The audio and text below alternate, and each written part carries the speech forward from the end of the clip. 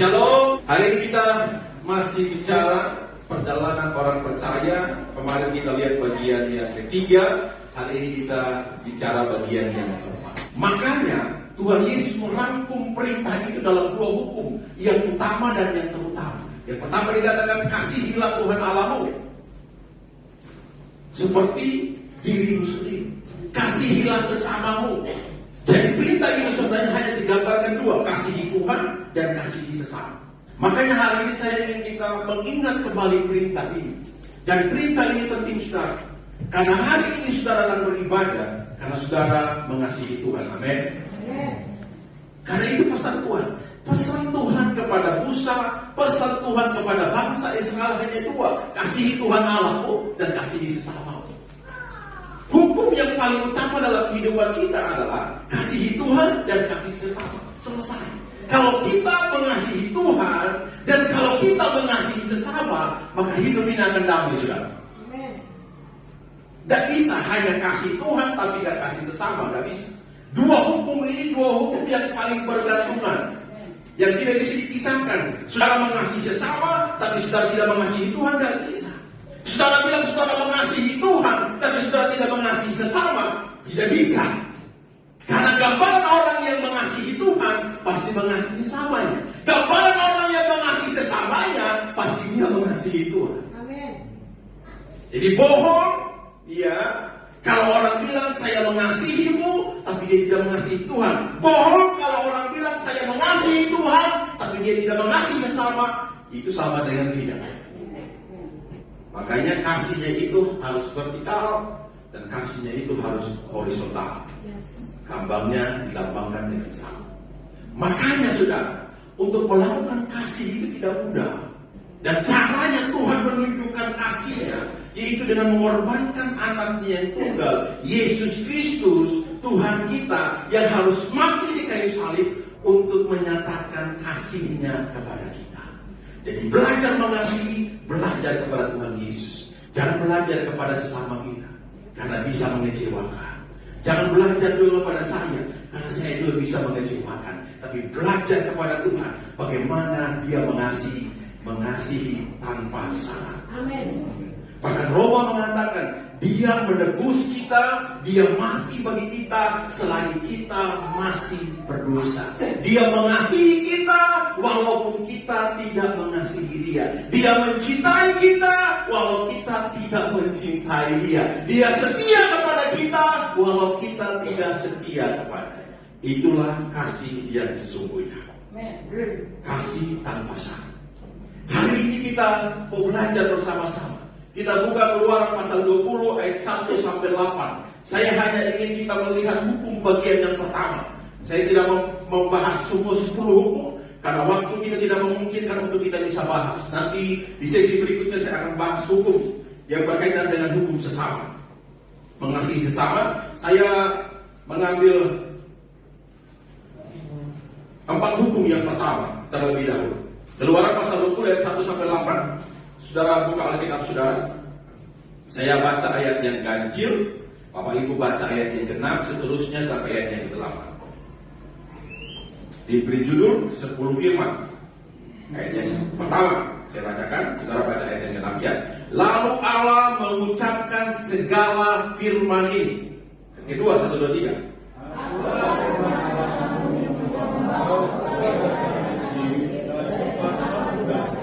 Jangan ada padamu Allah lain di hadapanku.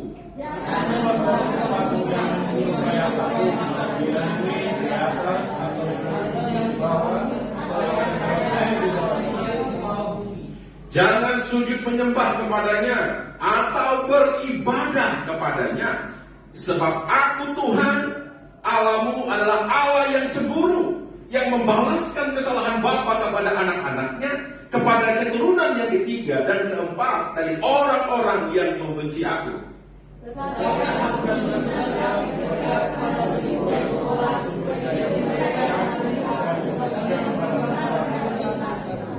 Jangan menyebut nama Tuhan Allahmu dengan sembarangan, sebab Tuhan akan memandang bersalah orang yang menyebut namanya dengan sembarangan.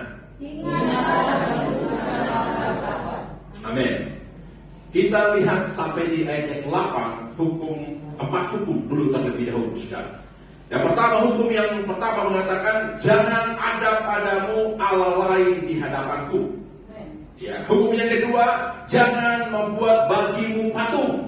Dilanjutkan, jangan menyembah kepadanya, jangan beribadah kepadanya. Kemudian jangan menyebut nama Tuhan Allahmu dengan sembarangan. Hukum yang keempat adalah ingat dan kuduskanlah hari Sabat. Ini hukum yang pertama, bagaimana kita menikmati hubungan kita dengan Tuhan. Tapi sebelum Tuhan berfirman, mengucapkan firman ini dimulai dengan kata ini, saudara, yang menarik. Sebelum pergi kepada 10 firman, Tuhan mengucapkan firman, katakan ini, Akulah Tuhan Allahmu yang membawa engkau keluar dari tanah Mesir, dari tempat perbudakan. Untuk itu, apa 10 ini harus kamu lakukan? Kalau bahasa sederhana saya bilang, Tuhan bilang, Akulah Tuhan Allahmu. Akulah Tuhan Allahmu yang membawa engkau keluar dari tanah Mesir, dari tempat perbudakan. Untuk itu, jangan ada padamu Allah lain di hadapanku. Untuk itu, jangan buat patung yang menyerupai apapun, beribadah dan menyembah kepadanya. Untuk itu, jangan menyebut namaku dengan sembarangan. Untuk itu, ingatlah dan kuduskanlah hari Sabat. Karena apa? Akulah Tuhan Allahmu yang membawa engkau keluar dari Mesir dan melepaskan engkau dari perbudakan. Amen. Tuhan memulai dengan kata itu, Akulah Tuhan Allah. Kata ini adalah kata yang sangat penting yang kita harus renungkan sebagai orang percaya. Karena 10 hukum ini, 10 hukum yang harus kita lakukan sebagai orang percaya. Tapi sebelum kita mengerti, sebelum kita paham, sebelum kita melakukan, sebelum betul-betul kita mengerti hal ini, kita mengerti hal yang pertama yang Tuhan bilang, Akulah Tuhan Allah. Tuhan bilang ini kepada bangsa Israel, Aku Tuhan Allah, Aku mengasihimu, Aku peduli kepadamu, Aku ada bersama denganmu, Aku pelihara hidupmu, Aku buat mujizat banyak di Mesir, Aku buat perkara banyak di Mesir, Aku belah laut, Aku keringkan laut, Aku turunkan mana, Aku berikan burung puyuh, Aku keluarkan air dari batu karang. Karena apa? Aku mengasihimu. Amin. Untuk itu, jangan ada padamu Allah lain di hadapan. Tuhan bilang kepada saya, waktu saya renungkan firman Tuhan, tadi malam saudara saya simpulkan kebenaran ini. Saya merasakan Tuhan, terima kasih karena Engkau mengasihi saya. Amin. Tuhan sedang bilang kepada Samuel, Aku mengasihi. Samuel, Aku peduli kepadamu. Samuel, Aku sangat-sangat mengasihi. Untuk itu Samuel, jangan ada padamu Allah lain di hadapan. Amin. Tuhan bilang kepada saya dan saudara hari ini, Aku Tuhan Allah. Aku Tuhan. Aku yang memberi nafas kepadamu. Aku yang memberkatimu. Aku yang membuat hidupmu hari ini. Aku yang mendesain segala sesuatu dalam hidupmu. Aku yang akan memberkati anak-anakmu. Aku yang akan memberkati pekerjaanmu. Aku yang akan memberkati usahamu. Aku yang akan ada bersama-sama denganmu. Untuk itu, jangan ada Allah lain di hadapan. Amin. Tahu Allah lain sudah. Tuhan bilang, jangan jadikan aku yang kedua, tapi jadikan aku yang pertama. Amin. Karena apa? Akulah Tuhan Allah. Wow, saya baca itu saudara. Saya bilang, Tuhan terima kasih.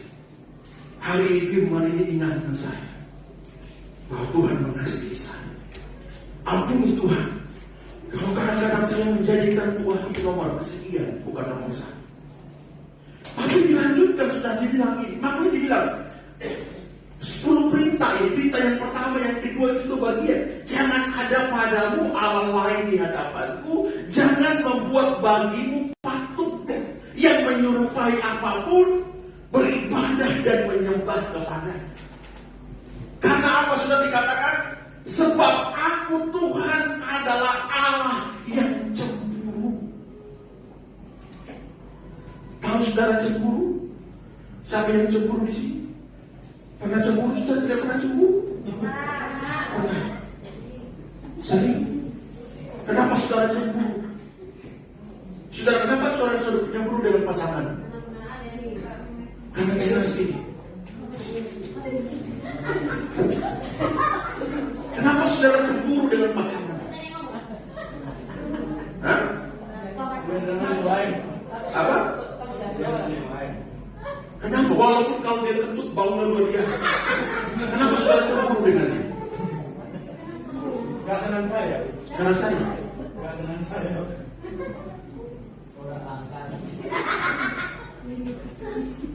Tuhan bilang aku Allah yang cemburu. Cemburu itu kan dikatakan, cemburu itu tanda sayang. Iya sudah. Pasangan saudara cemburu dengan itu dia tidak mau orang lain ambil. Sejelek-jelek apapun saudara bilang itu milikku. Itu cemburu saudara. Itu cemburu kan? Saya pernah cemburu.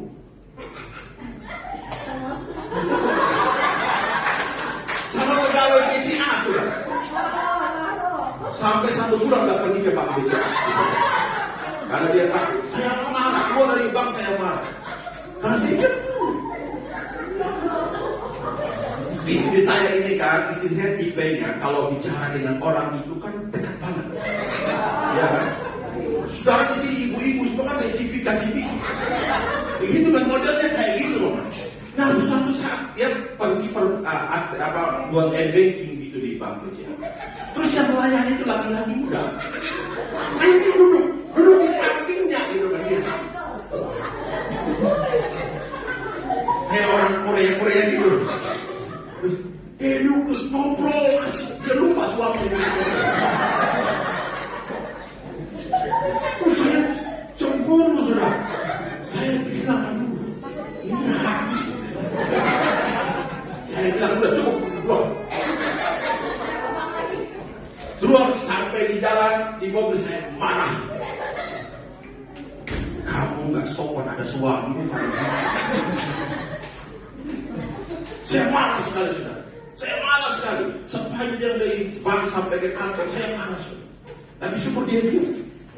Dia nggak ngomong karena dia ngerti ngomong itu salah. Saudara itu cemburu kan? Kenapa? Kenapa saya cemburu? Karena saya mencintainya. Dan Tuhan bilang aku Allah yang cemburu. Kenapa dia cemburu? Karena dia terus sayang kepada kita. Ngapain sih dia harus cemburu Tuhan? Menurut saya ngapain sih Tuhan cemburu? Emang Tuhan gak bisa ciptakan manusia yang lain? Emang Tuhan gak bisa buat yang baru gitu? Kalau saya Tuhan udah kamu pergi. Kalau saya Tuhan. Tapi Tuhan itu sudah. Dia kalau mengasihi, dia kalau mencintai, dia serius. Dia sangat serius. Maka dia bilang, aku Tuhan, aku mengasihi. Aku membuat engkau budak dari Mesir ini. Aku bebaskan engkau. Supaya kamu bebas di sana. Saya harus buat 10 tulang bagi Mesir. Saya harus menyatakan kuasaku yang luar biasa bagi Mesir. Bahkan saya harus bunuh anak sulung orang Mesir. Demi siapa? Demi kamu. Demi aku mengasihi. Karena apa sudah? Dia mengasihi. Maka dia bilang jangan ada padamu Allah lain. Jangan kuatkan hatimu. Kalau kau mengasihi, kasihilah dengan sungguh-sungguh kepada. Karena aku Allah yang cemburu. Jangan buat berhala. Jangan buat patung yang menyerupai apapun. Kamu menyembah, kamu sujud dan beribadah kepadanya. Karena aku Allah yang cemburu. Jadi saya bersyukur saya punya Tuhan itu tidak cemburu buta. Ada orang kan pernah cemburu buta. Cemburu buta saudara. Dia cemburu. Gara-gara cemburu seperti itu, orang bisa cerai. Padahal masih bisa diselesaikan masalah. Tapi kalau cemburu buta, tapi saya bersyukur Tuhan saya tidak cemburu seperti cemburu manusia yang kadang-kadang buta. Bayangkan kalau kita buat itu. Bayangkan kalau kita tidak mengasihi Tuhan, tidak mengutamakan Tuhan. Kalau Tuhan cemburu buta kepada kita, bilang, udah kamu habis, kamu selesai. Tuhan bilang gitu kan, selesai. Tapi Tuhan tidak gitu, saudara. Dia cemburu karena mencintai. Dia cemburu tapi dia kayak bilang, dia cemburu. Aku gak suka kamu kayak gini. Aku terlalu sayang kamu. Jangan buat itu lagi. Tadi malam saya merasakan seperti itu. Tuhan sedang datang dan bilang, saya sudah tahu semua. Walaupun kadang-kadang kamu tidak setia, tapi saya bilang saya setia. Dan hari ini saya bilang kepada saudara, ketika kamu tidak setia, dia tetap setia. Amin. Tapi satu pesan, dia Allah yang cemburu. Dia tidak mau diduakan. Hari ini mungkin kita tidak menyembah patung, tapi kita masih punya berhala-berhala yang lain yang kita bisa nomor satukan daripada Tuhan. Berhala kita bisa pertama pekerjaan kita, berhala kita bisa handphone kita, berhala kita bisa uang kita. Sudah, berhala kita bisa keinginan kita. Ada orang cari uang, lupa Tuhan. Seakhirnya Tuhan menjadi nomor kesetiaan, uang menjadi nomor yang pertama. Dengarkan, dia Allah yang cemburu. Jadi saya hanya bilang, saya hanya sering kepada saudara dan saya di pagi. Ayo, Tuhan mencintai, Tuhan mengasihi, dia Allah, dia yang mendesain semua kehidupan. Dia Tuhan tidak pernah meninggalkan kita. Bahkan Mazmur bilang, dia tidak meninggalkan engkau sedetik pun.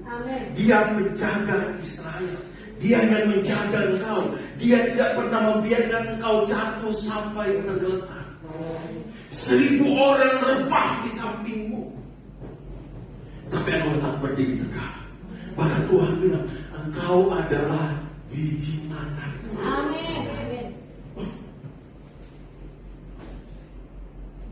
Saking sayangnya, makanya Tuhan bilang, jangan ada padamu Allah lain di hadapan.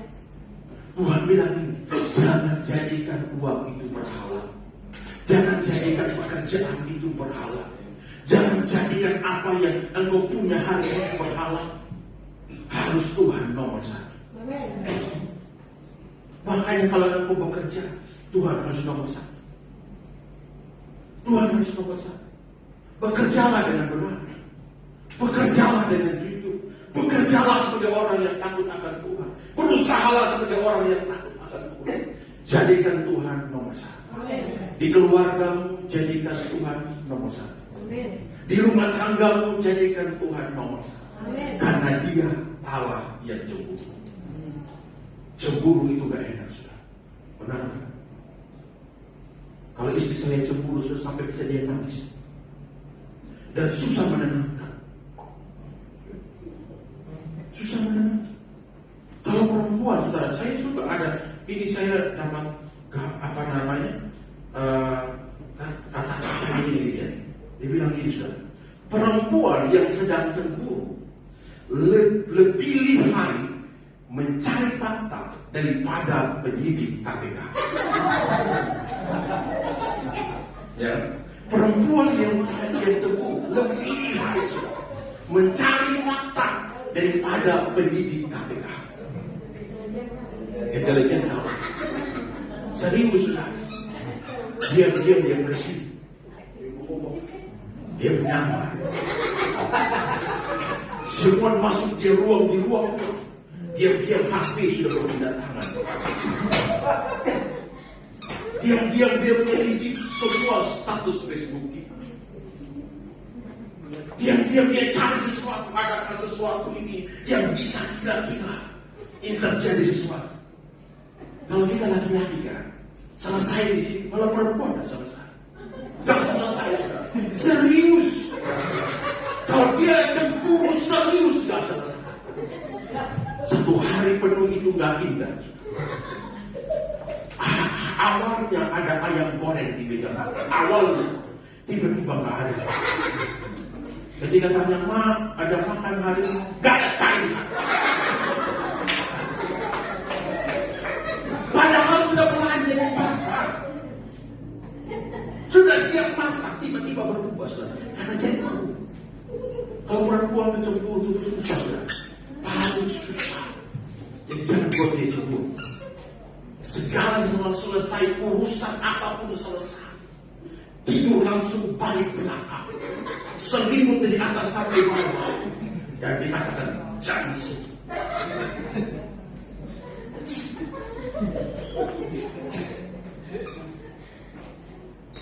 Makanya cara menenangkan istri itu sudah harus tahu. Bagaimana cara? Masing-masing berbeda. Saya dan Ibu Gembala berbeda. Saya cara menenangkan itu berbeda. Pak Pilih cara menenangkan Bu Yusi pasti berbeda. Masing-masing berbeda. Begitupun Tuhan, kita mengenal Tuhan kita. Masing-masing cara kita mengenal Tuhan itu berbeda-beda. Cara kita berdoa itu berbeda-beda. Cara ekspresi kita itu berbeda-beda. Makanya kenali Tuhan kita dengan benar. Seperti saudara mengenali istrimu dengan benar. Kalau bayangkan saudara tidak kenal istrimu dengan benar, ketika dia cemburu, selesai saudara. Tapi kalau saudara tahu dia dengan benar, saudara tahu bagaimana cara menenangkan dia, saudara tahu bagaimana meyakinkan dia, selesai itu Pak.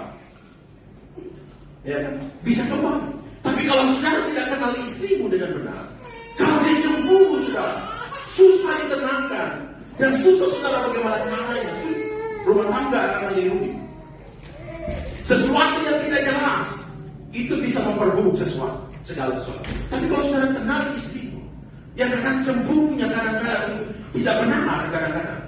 Tapi kalau saudara bisa meyakinkan dia tenang, kembali pasti ada ayam goreng di meja makan. Pasti tempat tidur kembali aman. Segala sesuatu kembali aman. Begitupun saudara ketika saudara mengenali Tuhan dengan benar. Saudara tahu bagaimana ketika saudara mengalami sesuatu yang sulit, sesuatu yang tidak mudah, bagaimana saudara tidak setia kepada. Saudara tahu bagaimana datang di hadapannya. Itu yang Daud lakukan saudara. Ingat Daud pernah membuat kesalahan yang paling besar dalam hidupnya. Ketika dia mengambil istri orang lain. Dan cara yang paling busuk, sebusuk-busuknya. Dia suka wanita cantik itu. Dia suruh ambil. Dia tiduri perempuan itu. Dan dia lakukan apa? Dia suruh panglima perang. Karena Uria itu adalah prajurit saudara. Dia suruh tempatkan laki-laki ini paling depan. Ketika musuh datang, kalian semua mundur, biarkan dia di sini depan sampai dia mati. Dengan tujuan apa? Supaya dia dapat istri. Tuhan marah sekali. Tuhan marah sekali pada Daud. Tapi Daud kenali siapa Tuhan. Walaupun ada banyak konsekuensi yang dihadapi, dia langsung datang saudara. Dia buka jubahnya di hadapan Tuhan. Dia buka jubah rajanya di hadapan Tuhan. Dan dia sujud menyembah Tuhan. Dia sujud minta ampun di hadapan Tuhan. Dia kenali Tuhan.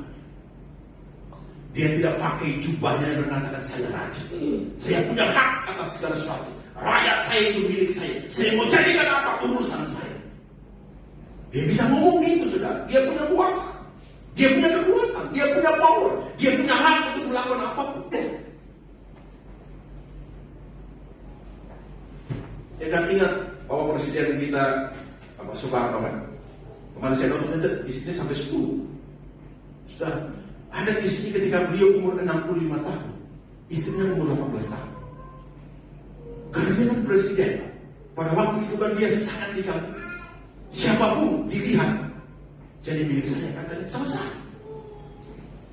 Tapi waktu itu Daud sudah tidak melakukan itu. Dia tahu itu salah. Dan dia datang minta ampun di hadapan Tuhan. Dia tersungkur di hadapan Tuhan. Dan Tuhan saudara, Tuhan yang Maha Kasih. Tuhan mengampuni dia. Tuhan, tapi konsekuensinya, anak di dalam kandungan dan siapa itu harus mati. Konsekuensi berikutnya saudara, anak-anaknya boleh berontak kepada dia. Dia harus lari dari kerajaan. Padahal dia gagah perkasa, orang miskin dikalahkan siapapun, raksasa apapun dia takut semua pada tahu. Tapi dia bisa lari dari tahtanya gara-gara anaknya. Konsekuensi dari dosa itu membuat dia mengalami goncangan karena anak-anak. Dan anak-anaknya itu mati dengan cara yang menyedihkan. Tapi apakah Tuhan melupakan Daud? Ya, ketika Daud datang di hadapan Tuhan, bersujud dan minta ampun di hadapan Tuhan, Tuhan pulihkan Daud. Walaupun Tuhan bilang, kamu tidak layak membangun rumah karena kamu tanganmu telah potong. Anakmu yang akan membangun rumah. Akhirnya Salomo yang membangun bait Tuhan. Saya bilang kepada saudara, kita bisa buat salah. Kita bisa buat salah di hadapan Tuhan. Tapi kita harus mengerti bagaimana cara kita datang di hadapan Tuhan. Dengarkan dia bilang, aku Tuhan Allah. Jangan ada padamu Allah lain di hadapan. Jangan membuat patung menyerupai nama. Hari ini kalau ada berhala-berhala yang masih kita andalkan, buang itu saudara. Utamakan Tuhan dalam hidup. Amin. Karena Tuhan bilang, aku mengasihi. Serius saudara.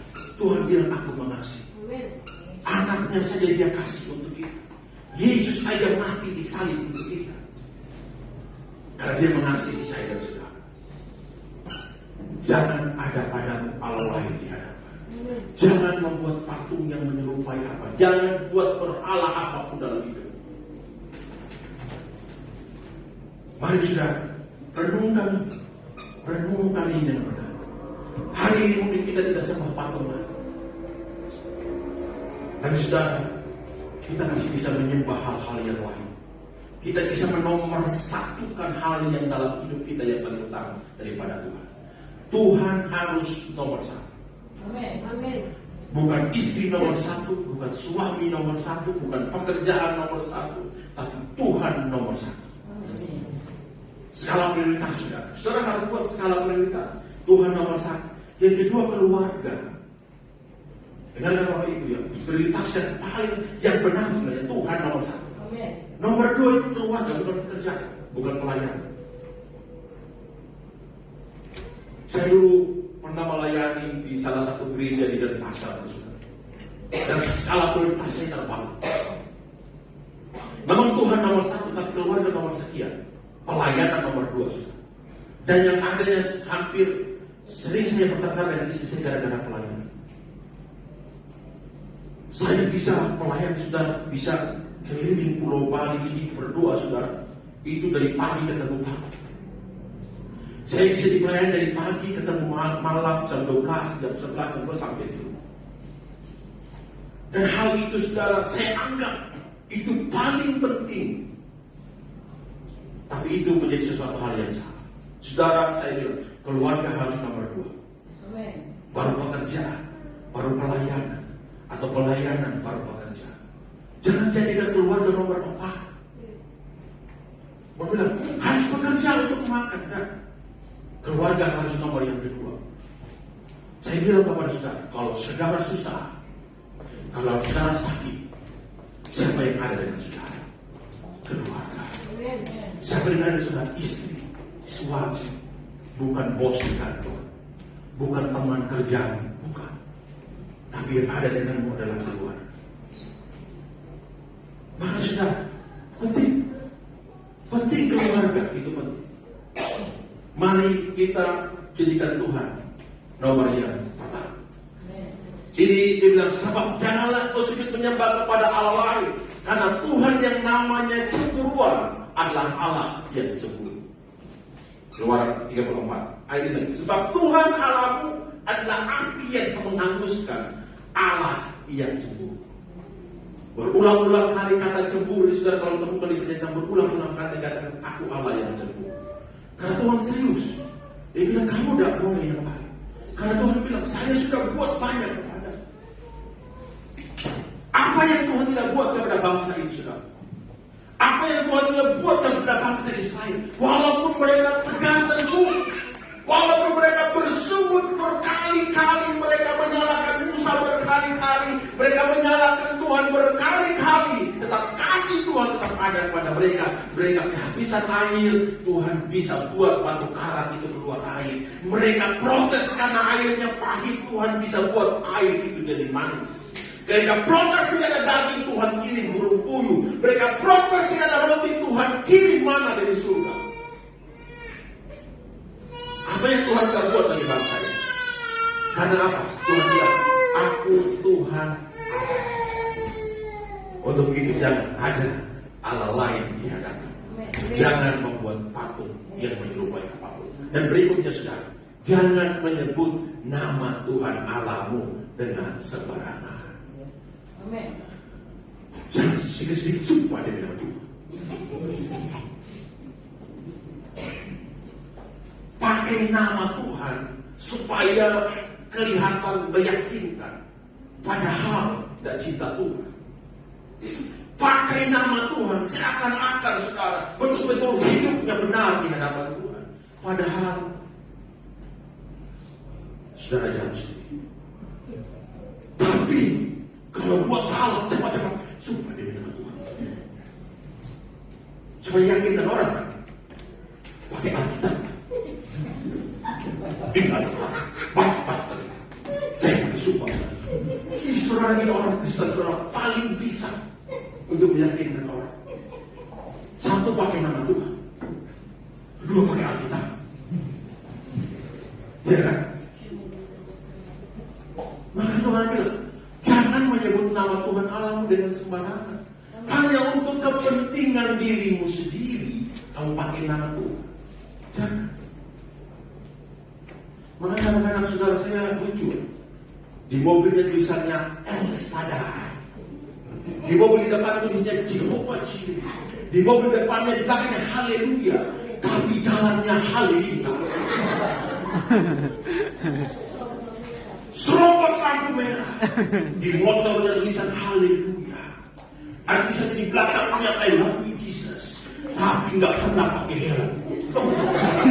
Lampu merah bos ngebut kayak Rosi. Tapi tulisnya di belakang motornya, di belakang helmnya I love you Jesus. Saudara jawab sendiri. Apa ya? Di belakang ada apa yang di belakang mobil?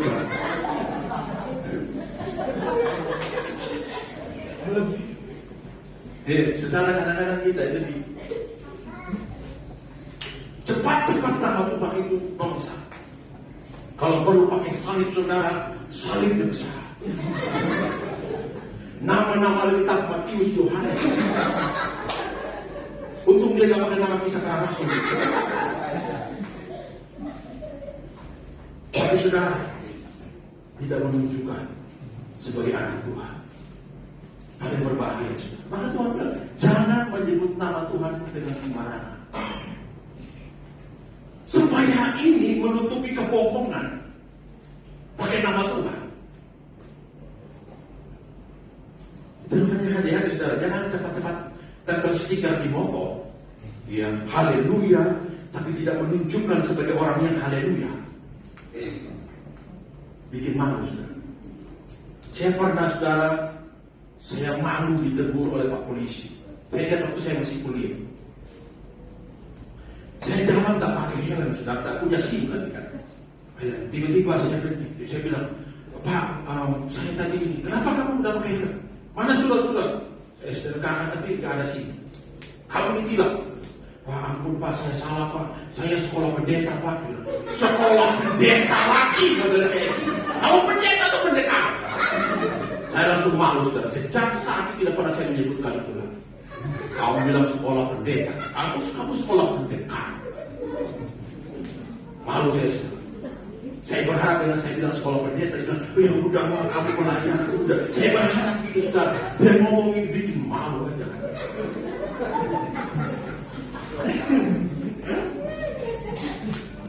saudara dari lubang itu tok bilang gitu. Pak, saya ke gereja, Pak. Pak, jangan bilang saya ke gereja, Pak. Saya kalau bisa ditampang orang di gereja. Iya kan? Karena di gereja gitu kan, langsung ke Helen gitu kan. Jadi lalu mengisi, saya ke gereja berharap mengisinya lepas. Kalau saya bisa bilang aja.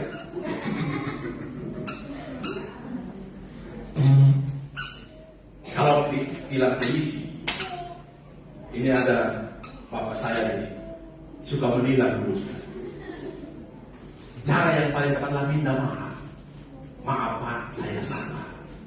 Ngaku salah aja, jangan banyak alasan. Lupa Pak. Pak ini hilang Pak. Jangan. Lakukan yang pertama adalah minta maaf. Ngakui salah, selesai. Itu aja sebenarnya. Pak, saya salah, mohon maaf. Memang saya tidak punya SIM. Pak, mohon maaf, saya salah, saya tidak pakai helm. Selesai sudah. Jangan banyak alasan. Makin banyak alasan. Pak polisi bilang kan terlalu macam-macam Pak. Udah salah, banyak alasan. Apalagi pakai nama Tuhan.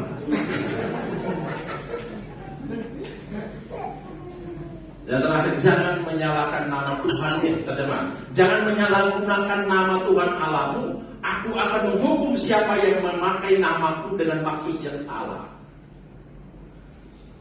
Bawa nama Tuhan. Kadang-kadang kan orang kan bawa nama orang. Saya keluarganya Pak Jokowi. Padahal sama sekali itu tidak kenal.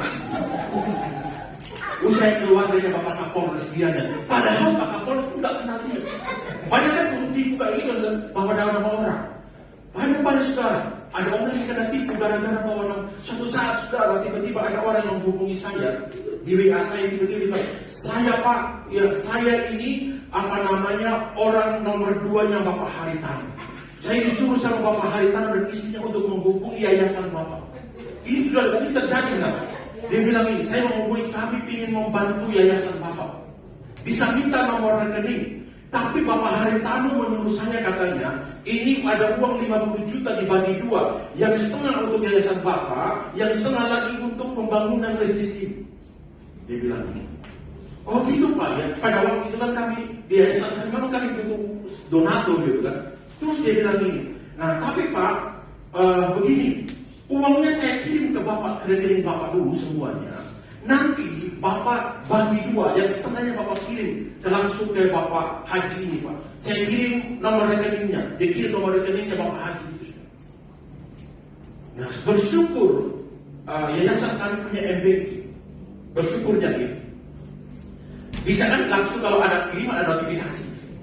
Nah, jadi dia bilang, Pak sudah saya kirim. Betul saudara, di situ ada fotonya. Dia pakai foto baju pelindung. Fotonya jalur pelindung. Ya. Dan di sebelahnya ada Bapak Haritano. Ternyata dia cropping mungkin jadikan satu gitu kali ya. Bapak Haritano. Awalnya saya seperti yakin, sangat yakinkan dengan kata-kata dia. Tapi kemudian Tuhan kasih hikmah kepada saya. Dia bilang, saya sudah transfer. Dia bilang gitu. Saya bilang, nggak mungkin transfer, nggak ada notifikasi. Saya transfer, nggak ada. Boleh dia bilang, Pak, sudah terima belum?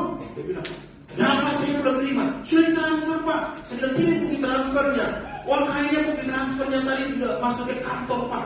Susah lagi Pak. Coba Pak, ini gini aja Pak. Apa kirimannya dulu? Setengahnya 25 juta rekening ini. Pasti nanti akan masuk Pak. Ini perintah langsung dari Bapak Haritano. Saya bilang, oh begitu Pak. Ya bagus Pak. Kalau begitu saya kirim sekarang. Betul saya kirim sekarang. Saya kirim gambar monyet. Saya bilang, saya sudah transfer Pak. Langsung dia blokir saya. Itu bawa-bawa nama orang kan. Nah inilah, jangan menyalahgunakan namaku kata Tuhan. Supaya meyakinkan orang. Banyak orang sudah menyalahgunakan pelayanan. Ada banyak pendeta-pendeta yang palsu. Ada banyak pelayanan-pelayanan yang palsu. Bawa nama pelayanan, bawa nama gereja. Supaya orang terima, supaya orang diyakinkan. Banyak yang kayak gitu sudah. Tuhan tipu-tipu kayak ini. Hati-hati sudah. Tuhan bilang, aku Tuhan Allah. Jangan bawa namaku sembarangan. Jangan sebut namaku dengan cara yang sembarangan. Aku Tuhan Allahmu, aku Allah yang cemburu. Ya itu yang terakhir dikatakan, ingat dan kuduskan hari Sabat. Tuhan bilang, aku Tuhan Allah. Ini bilang itu saya. Sambil aku mengasihi. Aku Tuhan Allah. memberi nafas hidup kepadamu. Aku yang memberkati engkau. Aku yang membuat istrimu masih bersama-sama dengan Tuhan. Aku yang membuat anak-anakmu masih bersama-sama dengan Tuhan. Aku yang memberkati pekerjaan. Aku yang memberkati rumah tanggamu. Aku yang membuat segala sesuatunya menjadi indah dalam hidup. Aku yang akan menolong engkau ketika engkau susah. Aku yang ada bersama-sama dan ketika orang semua pergi meninggalkan engkau, aku ada bersama. Untuk itu ingatlah dan kuduskan hari Sabat. Itu pesannya Tuhan. Hari ini Tuhan, aku mengasihi, ingat, kuduskan hari Sabat. 6 hari lamanya engkau bekerja, melakukan segala pekerjaan. Tapi hari ke-7 adalah hari Sabatnya Tuhan. 6 hari kita bekerja, Senin, Selasa, Rabu, Kamis, Jumat, Sabtu. Tapi hari yang ke-7 itu harinya Tuhan. Tuhan bilang, aku mengasihi. Aku serius dengan. Ingatlah dan kuduskan hari Sabat. Amin. Amin.